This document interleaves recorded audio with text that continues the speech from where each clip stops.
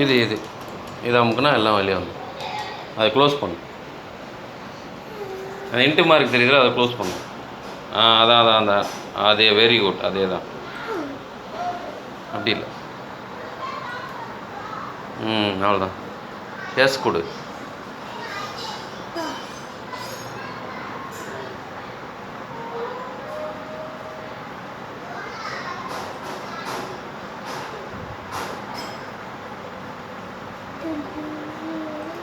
Type பண்ணு.